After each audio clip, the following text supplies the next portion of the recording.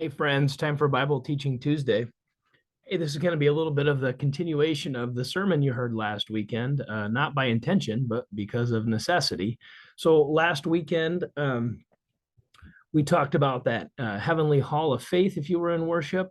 Hebrews 11 is a list of so many names of heroes of the Old Testament, people whose faith was strong in the Lord. And the writer of Hebrews recalls their faith to set an example for us who follow. And so, uh, just those first couple of names up there, Abel through Sarah, the 1 through 5 on the list you see on your screen, those were mentioned in Hebrews, the first part of Hebrews that was read last Sunday in church, all the way up through Abraham and Sarah.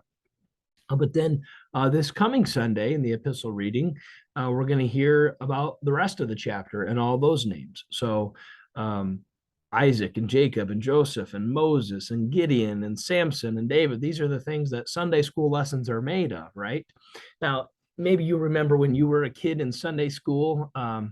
Yeah, you learned about Jesus.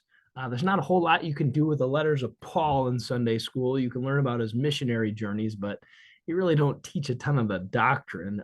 And so, because the Old Testament is so much bigger than the New Testament, a lot of the Sunday school lessons that you might remember, Elijah and Elisha and all these folks, they come from the Old Testament. And I think when we're kids, we don't necessarily appreciate why we would learn such things. It just seems like we're learning a bunch of stories.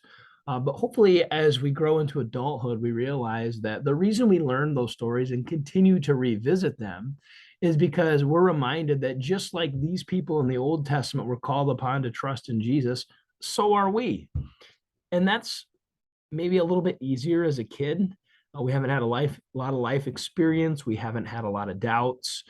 We haven't had a lot of adversity, maybe necessarily. Now, plenty of kids have a lot of adversity, but they might not reflect on it in terms of how that affects their faith life.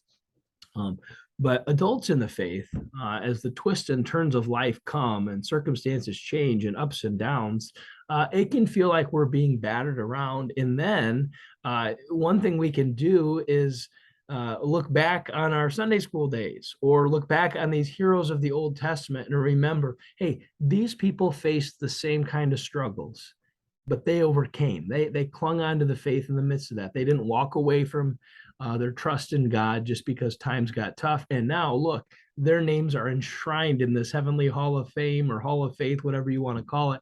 And now the rest of the world that's come after them reads these texts and looks back upon their example.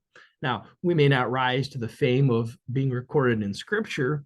Who are we famous for? Well, we're famous for our children and grandparents. You are the hall of faith for your grandchildren. They're watching your example. The way you talk about the faith, the way you exemplify the faith, the way you tell them about how God has been faithful to you through thick and thin, that all sets the example that they then look to. So you get this whole string of saints in the Old Testament. You got your family members and your friends, all who trust in God and believe. All these cloud of witnesses. That's how this chapter begins. We're surrounded by this great cloud of witnesses. We don't walk through the faith alone. There's a whole crowd up in heaven, Abraham and Sarah and Samson and David, and they're all cheering us on and they're saying, stay in the faith, keep running the race, and you'll inherit the heavenly kingdom with us. So, what I'd like you to think about this week and this Sunday after you hear this gospel reading is who are you a cloud of witnesses to in your life? Who are you in a position to encourage to hang on to the faith through thick and thin? Think about that person and maybe even pray for them this week. All right. Hey, it's been a good Bible Teaching Tuesday. We'll see you this Sunday in worship. God's peace.